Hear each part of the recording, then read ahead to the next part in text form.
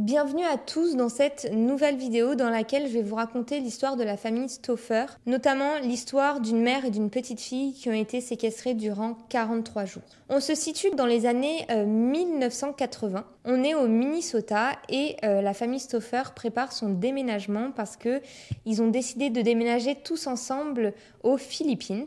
La famille est composée donc de la femme qui s'appelle Marie, son époux qui s'appelle Irv et deux enfants. Donc on a Bess, une petite fille de 8 ans et Steve, un petit garçon âgé de 6 ans. Il s'agit d'une famille vraiment simple, modeste. Les parents sont professeurs de mathématiques et c'est une famille aussi très religieuse. Les Philippines, c'est leur destination de rêve. Ils y vont régulièrement en vacances et ils y ont même vécu auparavant. Et là, ils ont décidé d'y retourner. Donc, ils sont vraiment trop contents. Ils ont qu'une hâte, c'est de décoller. Et ils sont sur la fin des préparatifs du déménagement. D'ailleurs, au programme ce jour-là, Marie et Bess, donc les deux filles, décident d'aller dans un salon de beauté pour se faire une nouvelle coupe. Elles veulent se couper les cheveux assez courts pour appréhender peut-être un peu la chaleur des Philippines. Et aussi, nouvelle coupe pour une nouvelle vie.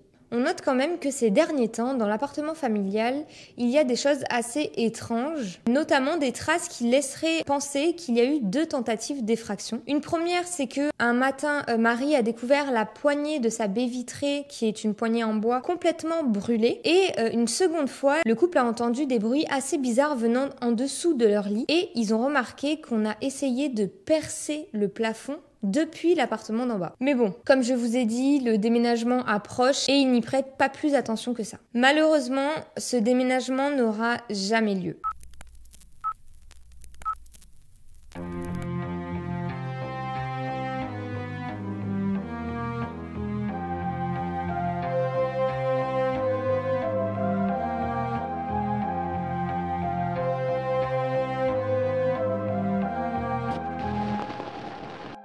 Marie et Bess sont donc allées au coiffeur et il est 16h30 quand elles sortent du coiffeur lorsqu'un homme apparaît et les menace avec une arme. Il les force à rentrer dans leur propre voiture. Il demande à Marie de suivre ses instructions et de le conduire là où il souhaite. Au début, Marie, elle écoute, elle se dit que sûrement que l'homme il a besoin d'être déposé quelque part ou il a besoin d'argent et elle ne s'inquiète pas plus que ça. Puis, petit à petit, il commence à vraiment s'éloigner et c'est là où Marie commence à s'inquiéter. Elle lui explique qu'elle a dans tous les cas un mari à la maison qui va se douter qu'il y a un problème. Mais l'homme ne réagit pas et continue d'ordonner à Marie de suivre des directions. Après avoir fait un petit peu de route, il va exiger à Marie de s'arrêter. Et c'est là où cet homme va ligoter Marie et Bess et les mettre dans le coffre. Avant qu'il les mette dans le coffre, Marie s'écrie que c'est pas possible, elles vont sûrement s'étouffer, mais l'homme n'en a rien à faire, il les met dans le coffre et il démarre. Les deux femmes se retrouvent alors dans le coffre, dans une obscurité totale, elles sont tétanisées et c'est là où elles commencent à prier. Le conducteur, lui, a repris la route, il roule et quand soudainement il va s'arrêter. Il ouvre le coffre et il demande aux filles de se taire, d'arrêter de prier aussi fort et il va leur mettre un ruban adhésif sur la bouche pour qu'elles ne puissent rien dire. Marie commence à vraiment s'inquiéter et c'est là où elle va commencer à détacher sa fille et elle va y arriver, mais la voiture s'arrête une seconde fois. Le ravisseur ouvre le coffre, il voit que Bess a été détachée et là ça l'énerve énormément. Il commence à menacer les filles, il les menace de mort, il crie et il attire l'attention de 2 jeunes garçons qui étaient en train de jouer pas très loin. Et il y en a un peu trop curieux, qui s'approche. Et là, sous le choc, il aperçoit les 2 femmes dans le coffre. Le ravisseur n'hésite pas, il prend ce petit garçon, le met dans le coffre, ferme le coffre et il redémarre la voiture. Il reprend la route. Ce petit garçon s'appelle Jason Wilkman. Il n'a pas eu le temps de comprendre ce qui lui est arrivé, qui s'est retrouvé dans ce coffre. Il est aussi tétanisé et il se demande ce qui va lui arriver. Le conducteur, lui, a repris la route et c'est au bout de quelques minutes que la voiture va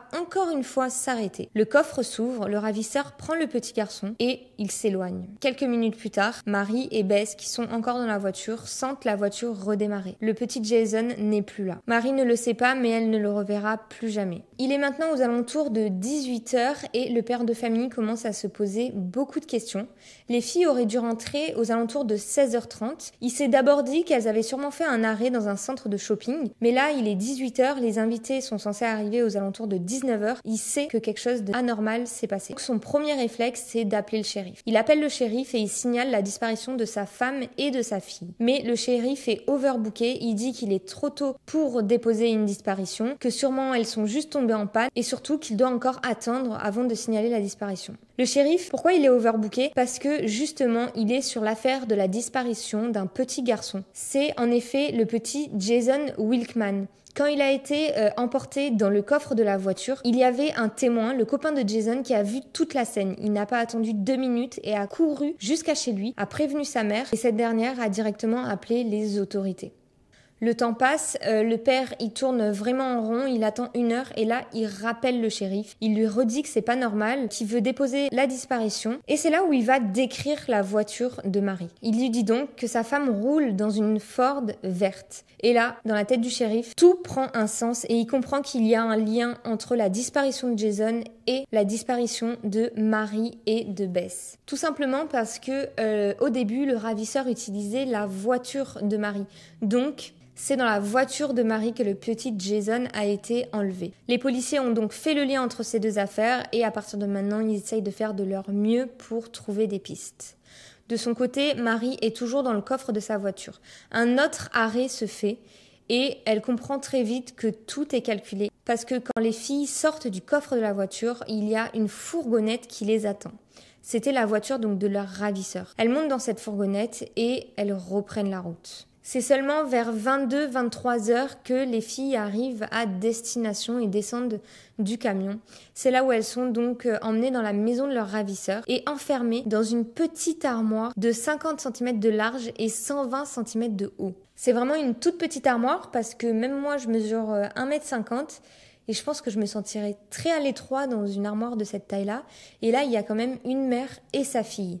Elles sont donc enfermées dans le noir, toujours attachées, et plein de questions leur viennent en tête. Qui est cet homme? Qu'est-ce qu'il leur veut? Peut-être de l'argent, peut-être une rançon. Avec la fatigue, les filles réussissent quand même à s'endormir. Après une nuit dans la peur pour la mère et sa petite fille, le placard s'ouvre. Le ravisseur emmène Marie dans le salon et c'est là où il dit que l'interview va commencer. Marie est donc attachée dans le salon. Elle a une énorme lumière qui vient directement dans son visage, elle est éblouie. Il y a une caméra sur un trépied. Elle comprend qu'elle est filmée. C'est là où son ravisseur commence à la questionner. Il lui demande « Est-ce que tu te rappelles de moi ?» Marie lui explique que non. Il lui dit « Réfléchis bien, il y a 15 ans. » Mais Marie ne voit pas du tout de qui il s'agit. Et ça va commencer à vraiment énerver son ravisseur. C'est là où il va commencer à beaucoup parler et notamment donner énormément de détails sur toute la vie de Marie. Sa famille, ses habitudes, où elle travaille, où elle va faire ses courses, allant même jusqu'au jouet préféré de sa fille. Tout ça, ça glace le sang de Marie. Elle comprend qu'elle n'est pas face à n'importe qui,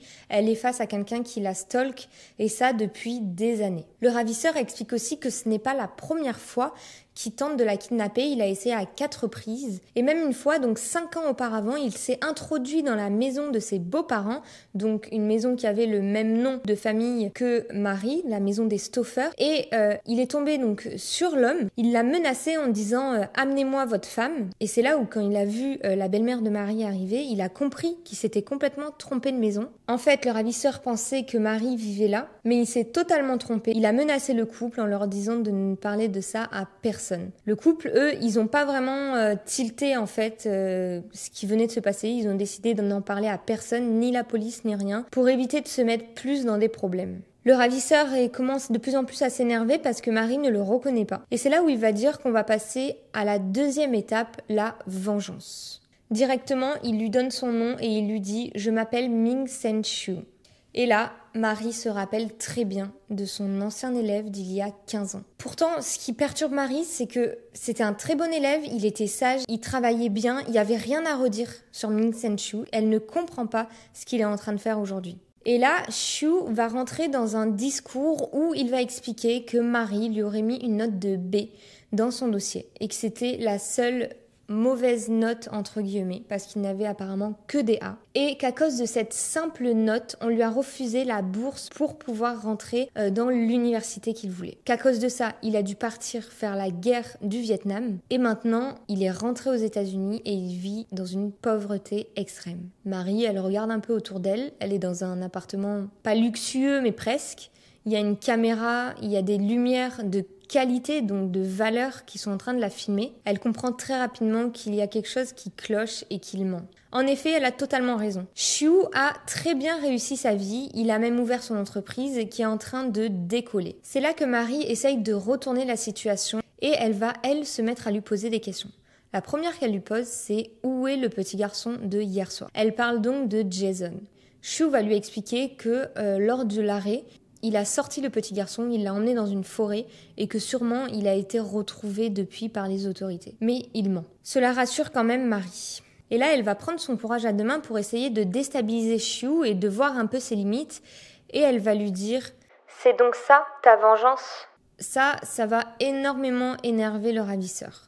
Et c'est là où il va lui dire qu'il n'était pas là pour lui laisser des cicatrices physiques, mais pour lui laisser des cicatrices émotionnelles. En disant ça, il la déshabille et c'est là où il va la violer. Mais du coup, qui est ce ravisseur ? Donc, il s'appelle Shu et c'était un étudiant de Marie en classe de mathématiques. Et en fait, très rapidement, cet élève a développé une obsession pour sa professeure. Une fois donc qu'il n'avait plus Marie comme professeur, il a commencé à vraiment la rechercher pendant des années, sachant qu'en fait, à un moment, il avait l'impression de l'avoir perdue et en fait, c'était le temps où Marie avait déjà déménagé une fois auparavant aux Philippines. Et là, quand elle est revenue au Minnesota, il a réussi à se fournir l'adresse de Marie et c'est lui qui a essayé de rentrer par effraction chez Marie. Et ça fait tilt dans la tête de Marie, elle comprend tout et elle sait que vraiment face à elle, elle a quelqu'un de dangereux qui l'espionne depuis pas seulement quelques mois mais des années. C'est donc le début d'un enfer pour Marie qui sera violée quotidiennement. Lorsqu'il va effectuer donc ses viols, Shu va prendre la petite Bess de 8 ans et il va l'emmener dans sa camionnette, donc qui se trouve dans sa cour. Il va l'enfermer et elle a vraiment la possibilité de s'enfuir, mais en fait, il manipule autant la fille que la mère en expliquant à l'une que si l'autre s'enfuit, il tue. Donc Bess, elle ne veut pas tenter de s'enfuir parce qu'elle ne veut absolument pas qu'il fasse de mal à sa mère. Bess, elle ne se doute pas du tout de ce que fait subir le ravisseur à sa mère. Il faut savoir aussi que toutes les agressions de Marie étaient donc filmées par ses caméras. Et petit à petit, il a vraiment demandé de plus en plus d'attention à Marie. Il demandait à Marie de l'embrasser, mais Marie n'en avait pas envie. Et un jour, elle a refusé. Et c'est là où il a pris Bess et il l'a étouffée. Et il a failli l'étouffer jusqu'à qu'elle en décède, en fait. Et c'est là où Marie l'a embrassée. Durant cette séquestration, il y a vraiment un jour très particulier. Au bout de 31 jours de séquestration, on est le jour de la fête des pères. Et Shu va donc autoriser la petite Bess à passer un appel téléphonique à son père pour lui fêter cette joyeuse fête. Cet appel, il a donc été enregistré plus tard par le FBI et c'est vraiment un appel qui fait froid dans le dos. On entend la voix tremblante du père qui garde son sang-froid, qui demande aussi à parler au ravisseur et qui est juste bouleversé. Hello, Herb speaking. Hello, Dad? Yes, Betty. Are you okay? Yeah. Is Mommy okay? Yes. That's good. Oh, yes. Happy Father's Day. Oh, thank you so much, sweetie. You're fine, Dad. Oh, I'm so glad. We can't talk anymore. When can you come home? I don't know. Can I talk? Can I talk to him? No. Okay, you call again. See you soon. Okay. Bye. Bye-bye, sweetie. Le père dira par la suite que cet appel lui a vraiment redonné énormément d'espoir. Pendant ce temps, au niveau de l'appartement de Shu, lui, il continue sa vie, c'est-à-dire que tous les jours, il va au travail, donc dans son entreprise, et les filles, elles, restent attachées dans l'armoire toute la journée jusqu'au retour de leur ravisseur. Mais une fois, durant leur séquestration, ils ont quand même quitté la maison. Ils sont allés au salon de l'emploi à Chicago, et sur la route, ils ont même fait une pause dans un centre commercial parce que les filles portaient les mêmes habits que le jour de leur disparition, et donc c'était pour qu'elles puissent se changer. Mais malheureusement, la mère et la fille, même si elles avaient envie de s'enfuir, c'était impossible. Shu, il tenait la main de Bess, et Marie savait que si elle faisait le moindre faux pas, il la tuerait. On est alors le 7 juillet au matin, et là, Shu va voir Marie et Bess et leur annonce qu'ils vont déménager, et très rapidement. Pourquoi ? On ne sait pas vraiment. Peut-être qu'ils commençaient à s'inquiéter, que l'enquête policière commençait un peu trop à avancer. Et après ça, il part au travail. Marie, elle est vraiment perturbée par ce déménagement parce qu'elle a l'impression que s'ils déménagent, c'est fini et personne ne les retrouvera. C'est cette journée-là où elle décide de tenter de s'enfuir. Elle n'en peut plus. et elle veut saisir l'occasion. Le problème, c'est que Shu avait bien expliqué à Marie et à Bess que si l'une des deux s'enfuyait, il tuerait l'autre, et que même si les deux s'enfuyaient, il les retrouverait pour les tuer. Donc Marie essaye de se détacher, mais sa fille, qui a que 8 ans et qui est pétrifiée par son ravisseur, elle commence à faire complètement opposition à sa mère, elle lui demande d'arrêter, elle ne bouge pas, elle ne veut pas se détacher, et elle a surtout très peur qu'il tue sa mère. Mais Marie, elle arrive à canaliser sa fille et elles vont réussir à sortir de l'armoire, elles sont toujours attachées et Marie va accéder à un téléphone et de suite, elle appelle la police. Elle dit donc aux policiers qui elle est et où elle est. Les policiers n'attendent pas plus, ils envoient une voiture et ils restent au téléphone avec Marie et lui demandent « Est-ce que le petit Jason est avec vous ?» Elle répond que non et c'est là où Marie comprend que Jason n'a jamais été retrouvé. Mais du coup, qui est le petit Jason et que lui est-il arrivé? Ce petit garçon était donc âgé de 6 ans et il est décrit comme un garçon qui était amoureux de la vie. Jason était vraiment adoré de ses parents, de toute sa famille, de son entourage, de ses voisins et de ses amis. Il résidait tout comme Marie dans la petite ville de Roseville au Minnesota. Et c'est donc le 16 mai 1980 qu'il a été enlevé par un homme sous les yeux de son ami. Et finalement, c'est seulement 2 mois après l'arrestation de Shu que les autorités vont découvrir donc dans un bois des restes du petit Jason. Après un examen médical, on voit que donc Jason est décédé après avoir succombé à des coups. Notamment, il a pris beaucoup de coups d'une barre en métal. Et c'était donc la raison de son décès. Marie et Bess réussissent donc à s'enfuir et les autorités les prennent directement en charge. Elles retrouvent leur famille. Marie retrouve son mari et son fils et Bess retrouve son père et son frère. Elles sont sous le choc, elles ont vraiment vécu quelque chose qu'elles n'oublieront sûrement jamais et qui les marqueront à vie. Dans la même journée, Shu est de suite arrêté par les autorités. Il est arrêté au travail et lorsqu'il voit les autorités arriver, il s'est totalement laissé faire comme s'il s'était déjà fait cette scène des milliers de fois dans sa tête. On est maintenant rendu quelques mois plus tard et le procès va avoir lieu. Vous pensez que donc Marie et Bess se sont enfuies et que tout est fini pour elles, mais pas vraiment. Avant le procès, donc Shu est enfermé en prison et c'est là où il va rencontrer un collègue de cellule qui, lui, allait sortir dans quelques jours. Et là, il va lui proposer 50 000 $ pour tuer Marie Stauffer, afin qu'elle ne puisse pas témoigner durant le procès. Par chance, cet homme va faire devant Shu comme s'il acceptait, et dès sa sortie, il va aller tout raconter au FBI. Shu aura donc 2 procès, un pour la séquestration de Marie et de Bess, et un second pour le meurtre du petit Jason. Durant donc son premier procès pour la séquestration des filles, Shu va réussir, malgré les autorités, à se jeter sur Marie. Il va essayer de l'agresser et il va vite être stoppé par les policiers. Mais ce qui est encore plus incroyable, c'est que durant donc son second procès, donc celui pour Jason, Marie, elle aussi, était présente pour témoigner. On ne sait pas comment, mais le ravisseur avait réussi à se trouver un couteau qu'il avait glissé dans sa manche. Et durant le procès, il va sauter encore une fois sur Marie. Et cette fois, malheureusement, il va réussir à la blesser. Et elle aura donc 62 points de suture au niveau du visage. Pour la conclusion du procès, donc Shu a été reconnu coupable dans les 2 procès. Il a pris 30 ans d'emprisonnement pour la séquestration de Marie et de Bess et 40 ans d'emprisonnement pour le meurtre du petit Jason. Aujourd'hui, très récemment, donc en 2010, il a été éligible à la libération conditionnelle, mais actuellement, il se trouve encore en prison. La vie continue donc pour la petite famille qui ont vraiment réussi à surmonter cette épreuve haut la main, grâce, je pense, à une force d'esprit incroyable de la part de Marie et de Bess, et surtout grâce au soutien de son mari et de leur petit garçon. Finalement, la famille a réussi à déménager un peu plus tard aux Philippines, où ils y sont restés quelques années. Aujourd'hui, les parents sont à leur retraite et ils ont décidé de rentrer aux États-Unis. Ils vivent dans la maison familiale de Marie, la maison dans laquelle elle est née. Il y a un film qui est sorti sur cette histoire qui s'appelle donc L'histoire de Marie Stauffer. Je vous conseille vraiment d'aller le regarder. Et sinon, c'est fini pour cette vidéo. J'espère qu'elle vous aura plu et je reviens très rapidement pour de nouvelles histoires.